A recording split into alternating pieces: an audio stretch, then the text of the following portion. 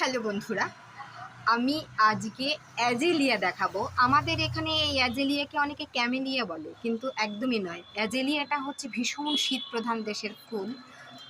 তো আমার এখানে আগে এই নিচের এই দুটো ফুটেছিল, আর এই দুটো কুড়ি ছিল।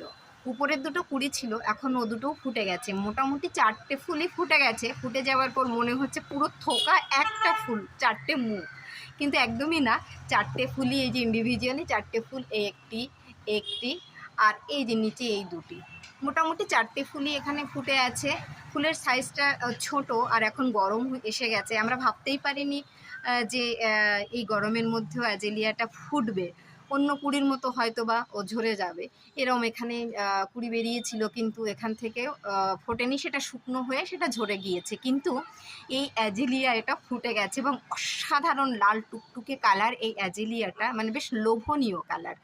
মানে পাতাগুলো সবুজ, এখন সত্যি এত সুন্দর দেখাচ্ছে।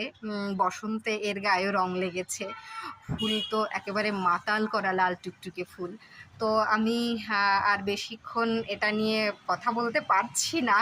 বাইরেটা এত শব্দ, আর দেখুন হাওয়ায় তিত্তির করে ফুলটা কাঁপছে। ফুলগুলো মানে অ্যাট এ টাইম মনে হচ্ছে না একটা চারমুখী জবার মতো, কিন্তু একদমই জবা ফুল না, এটা অ্যাজেলিয়া।